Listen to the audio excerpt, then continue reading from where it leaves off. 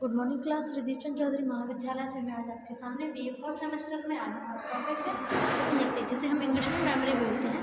ठीक है, देखिए आप सभी लोग जो हैं, आप सभी लोग बचपन से अभी तक बहुत कुछ सीखते आ रहे हैं, उसकी स्मृतियाँ आपने अपने मस्तिष्क में सुरक्षित कर रखी हैं। ठीक है, तो ऐसे ही जितना जो कुछ भी हमने सीखा है, समझा है, जो अनुभव हमारे पास है, वो सभी हमारे स्मृति के रूप में हमारे मस्तिष्क में सुरक्षित रहते हैं। ठीक है, तो यदि आपसे कोई पूछे कि स्मृति जो है मतलब उसकी अवस्थाएं कितनी है, स्मृति कार्य कैसे करती है, बनती कैसे स्मृति, तो स्मृति बनने के 3 प्रोसेस हैं। पहला तो होता है कूट संकेतन, जिसे हम एनकोडिंग बोलते हैं।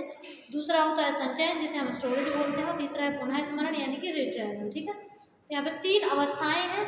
तीनों अवस्थाएं जो है वो एक स्मृति के प्रोसेस को बताती हैं। ठीक है, तो कूट संकेतन का मतलब होता है चीज़ों को छोटे रूप में करना।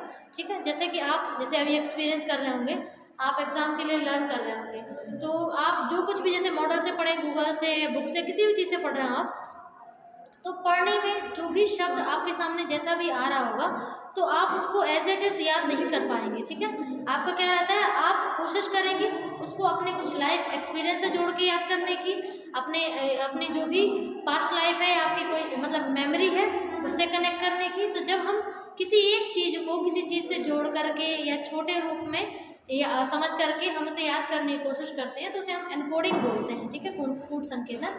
ठीक है, यानी कि उसे हम एक कोड दे देते हैं। ठीक है, ठीक, तो कोड मीन्स वही किसी स्मृति से जोड़कर। तो एन कोड, एन मीन्स होता है अंदर और कोड मतलब कूट करना, तो यानी कि उसको एक हम संकेत में बना करके हम अपने मस्तिष्क में सेव करने की कोशिश करते हैं। ठीक है, नेक्स्ट है हमारा संचयन। ठीक है, तो संचयन जब हमारा एनकोडिंग सही से हो जाता है किसी भी स्मृति की, जैसे आपने देखा होगा अगर कोई चीज़ आपको बिल्कुल भी सही नहीं लग रही, आप बहुत कोशिश कर रहे हैं उसकी एनकोडिंग करने की, लेकिन आपको वो याद नहीं हो रहा, तो इसका मतलब ये है कि उसको आपको उसकी एनकोडिंग का तरीका बदलना चाहिए। आप उसकी एनकोडिंग सही नहीं कर रहे हैं, इसीलिए याद नहीं हो रहा। जिस चीज़ की एनकोडिंग सही तरीके से हो जाती है, वो चीज़ सही से याद भी हो जाती है और लंबे समय तक बनी भी रहती है। ठीक है, तो स्टोरेज जो है उसके लिए एनकोडिंग का सही होना बहुत ही ज़्यादा आवश्यक है। ठीक है, तो स्टोरेज जब हम कर लेते हैं, आपने देखा होगा जैसे आज हमने कोई चीज़ सीखी, हमने उसको मस्तिष्क में सुरक्षित कर लिया, स्टोरेज हो गई। अब इसके बाद जैसे मान के चलिए हमें जो है उस स्मृति की ज़रूरत जो है 15 दिन या 20 दिन बाद पड़ी, जैसे एग्ज़ाम टाइम में पड़ी। ठीक है, तो हम उसको क्या करेंगे, फिर हम उसको करेंगे पुनः स्मरण। ठीक है, यानी कि हम उसको याद करने की कोशिश करेंगे कि आखिर वह क्या था। ठीक है, तो जो रिट्राइवल है, रिट्राइवल स्टोरेज के बाद होता है। ठीक है, तो यानी कि एनकोडिंग, स्टोरेज और रिट्राइवल, ये तीनों पॉइंट एक दूसरे से जुड़े हुए हैं। ठीक है, अब जैसे आपने देखा होगा जैसे कुछ हम किसी चीज़ को बहुत अच्छे क्लू से लर्न करते हैं तो हम जल्दी ढूंढ पाते हैं। अब जैसे कंप्यूटर में देख लीजिए, सेम एज इट इज, जैसे हम क्या बोलते हैं, जो भी हम स्टेजेस देख रहे हैं, ठीक, जैसे आपने देखा होगा कि मोस्टली हम कोडिंग बहुत अच्छी करते हैं तो हमें डिकोडिंग करने में ज़्यादा मुश्किल नहीं होती है। जैसे अगर आपने कोई चीज़ बहुत ही आसानी से सीखी है तो आपको वो लंबे समय तक याद रहती है, तो ये हमारे स्टेजेस के लिए एनकोडिंग बहुत इंपॉर्टेंट है। ठीक है, नेक्स्ट है हमारा टाइप ऑफ मेमोरी, यानी कि स्मृति के प्रकार। देखो मेमोरी जो है वो 3 प्रकार की होती है। पहली है सेंसरी मेमोरी, जिसे हम संवेदी स्मृति बोलते हैं। ठीक, और अगली है क्या बोलते हैं, शॉर्ट टर्म मेमोरी यानी कि लघु स्मृति, और लॉन्ग टर्म मेमोरी। अब देखो आप इन्हीं स्मृतियों से गुजरते हैं।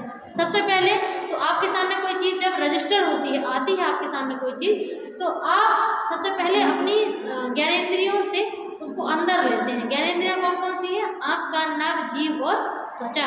ठीक है, तो जो 5 ज्ञानेंद्रियाँ हमारी हैं, तो जिस ज्ञानेंद्रिय से जुड़ी सूचना आई, जैसे लाइट आ रही है, तो लाइट जो है, रोशनी जो है, वो कौन सी ज्ञानेंद्रिय को उत्तेजित करेगी, वो हमारी आँख को उत्तेजित करेगी। तो यानी कि हमारी जो सूचना है वो आँख के द्वारा हमारे मस्तिष्क तक पहुँचेगी। तो यानी कि रजिस्ट्रेशन का जो एरिया है वो हमारी आँख है। ठीक है, और माध्यम हुआ रोशनी।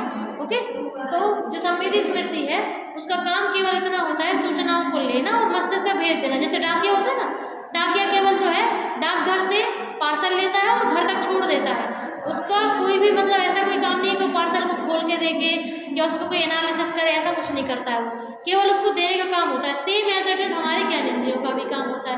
ठीक है, सेंसरी मेमोरी भी सूचनाओं केवल लेकर के उस एरिया तक भेज देती है जहाँ पर उसका काम हो रहा होता है। अब काम वो करे अथवा ना करे उससे कोई फर्क नहीं पड़ता। जाता है। ठीक, नेक्स्ट है शॉर्ट टर्म मेमोरी। अब देखो सेंसरी मेमोरी जब सूचना देती किसको है, शॉर्ट टर्म को।